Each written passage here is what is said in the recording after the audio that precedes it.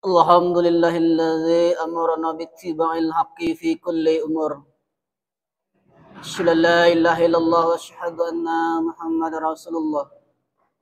Wasafi min khalqi wa qalilu adal amanah wa balgha risalah. Wa nasail ummah wa tarakana al-manyatal bayda. Lailuha kanariha la yanha lila nabiyya ba'da. Allahumma salli wa sallim ala sayyidina Muhammadin nabil ummi wa ala alihi wa sahbihi wa barik wa sallim. Amma ba'du, ya ayyuhan nas, inni usikum ittaqullaha haqqa tuqatih wa la tamutunna illa wa antum muslimun. Qala Allah ta'ala fil Qur'anil azim wa huwa asdaqul qailin. A'udzu billahi minasy syaithanir rajim. Bismillahirrahmanirrahim. Ya ayyuhalladzina amanu taqullaha haqqa tuqatih wa la tamutunna illa wa antum muslimun.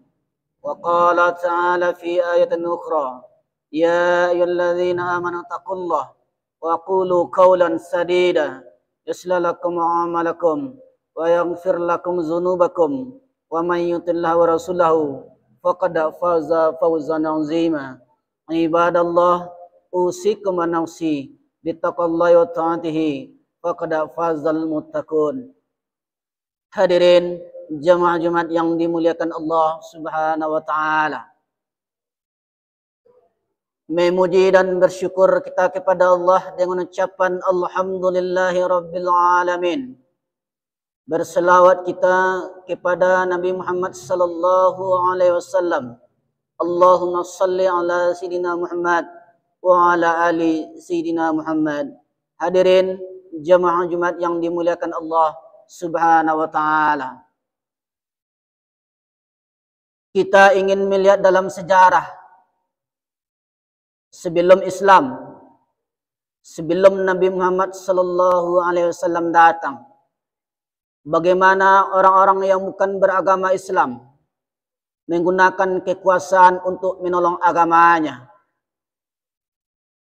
Dalam catatan sejarah, lebih dari 3 abad sebelum kelahiran Isa alaihissalam, ada seorang raja bernama Asoka.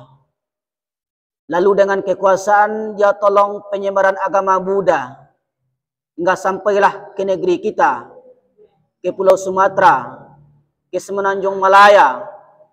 Maka tidak dapat kita pungkiri, nenek moyang kita pun salah satu penganut agama tersebut.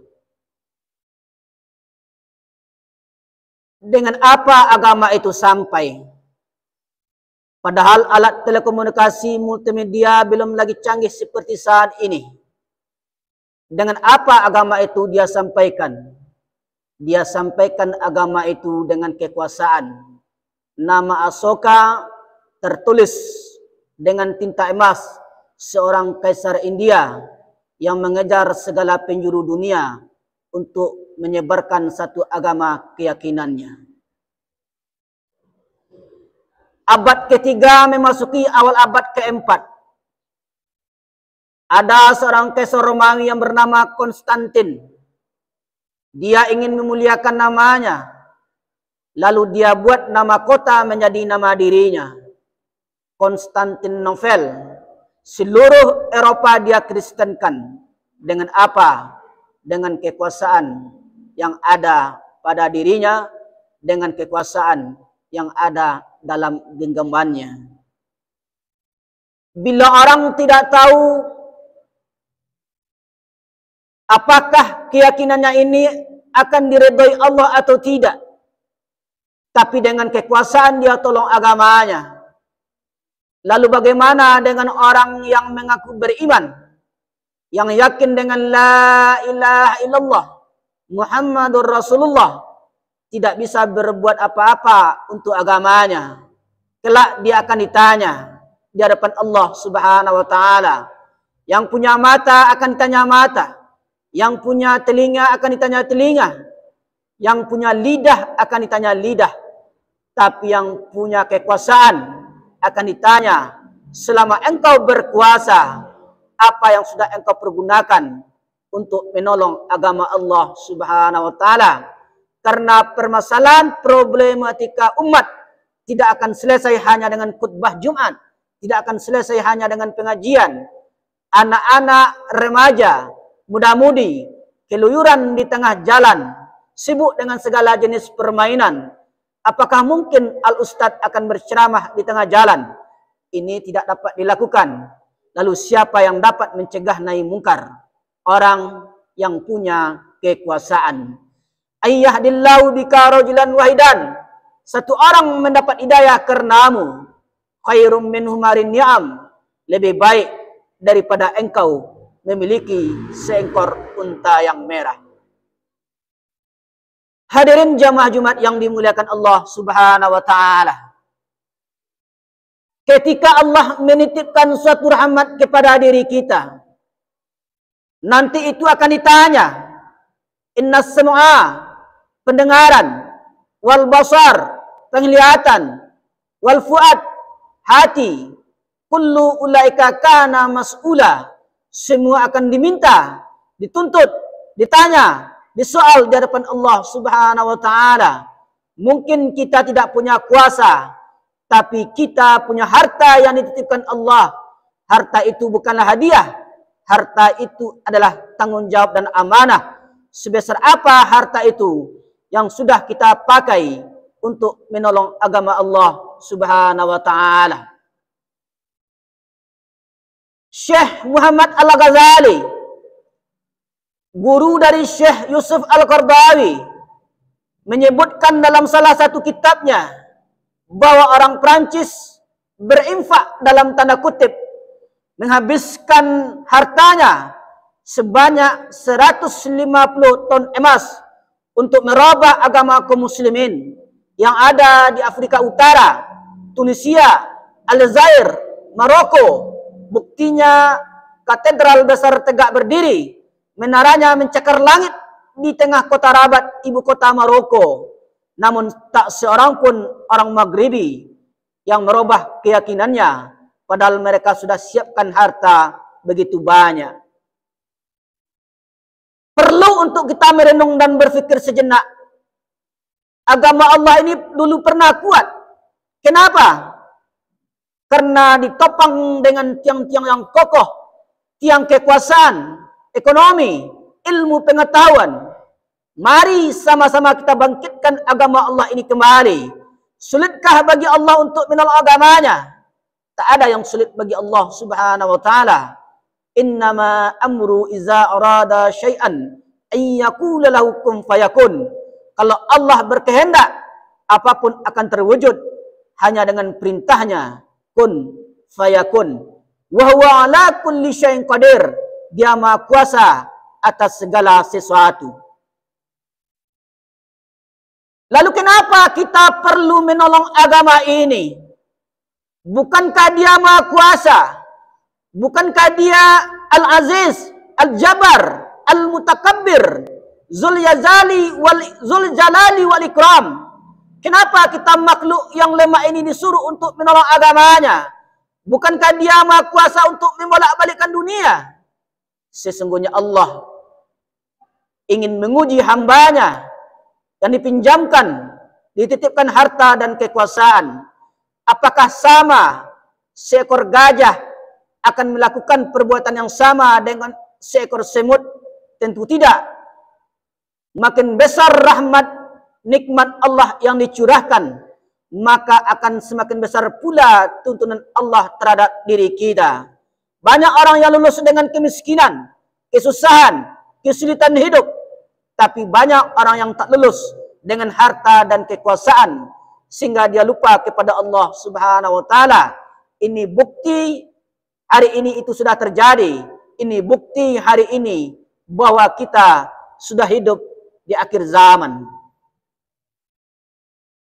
Siang ini, sepekan lamanya kita sibuk dengan rutinitas dan aktivitas kita masing-masing.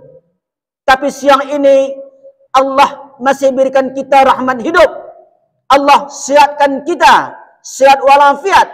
Merenunglah sejenak, berfikirlah sejenak. Salat Jumat bukan hanya sekedar salat 2 rakaat. Salat Jumat bukan hanya sekedar mendengarkan khutbah. Jumat yang benar itu kata Allah adalah ila zikrillah, untuk mengingat dan mendekatkan diri kepada Allah Subhanahu wa taala. Hanya dengan mengingat kepada Allah, hati akan menjadi tentram, tenang. Karena kunci ketenangan batin terletak pada kedekatan dengan Allah melalui zikir la ilaha illallah. Fa'tabiru ya ulil absar, innahu was-sami'ul alim.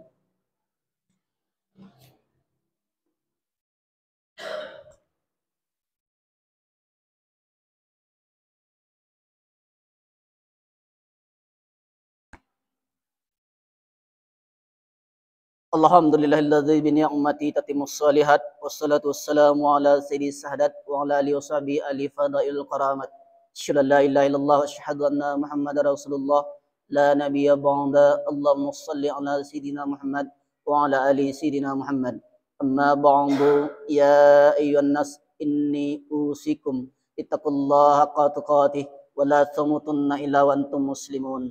Qala Allah ta'ala fil Qur'anil 'azim wa huwa asdaqul qailin. A'udzu billahi minasyaitonir rajim. Bismillahirrahmanirrahim.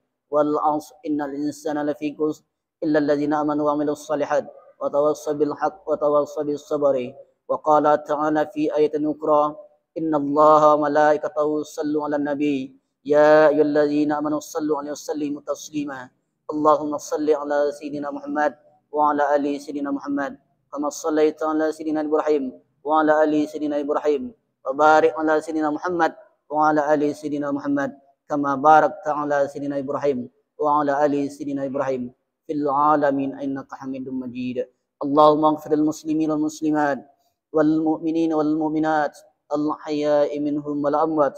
Allahumma ighfir lana dhunubana wa liwalidayna warhamhuma kama rabbayana shaghira. Allahumma nas'aluka ilman nafi'an wa rizqan thayyiban wa 'amalan mutaqabbalan bi rahmatika ya arhamar rahimin. Allahumma ahyina bil iman wa amitna bil iman wa ahsyurna bil iman wa adkhilna al jannata bil iman bi rahmatika ya arhamar rahimin. Allahumma a'inni ala dzikrika wa syukrika wa husni ibadatik. Allahumma nas'aluka ridhaka wal jannah wa na'udzubika min sakhatika wan nar. Rabbana hab lana min azwajina wa dhurriyyatina qurrata a'yunin waj'alna lil muttaqina imama. Rabbana zalamna anfusana wa illam taghfir lana wa tarhamna lanakunanna minal khasirin. Rabbana asrif 'anna 'adzab jahannam inna 'adzabaha kana gharama inna sa'at mustaqarra wa maqama. Rabbana atina fid dunya hasanah wa fil akhirati hasanah wa qina 'adzaban nar. Walhamdulillahi rabbil alamin.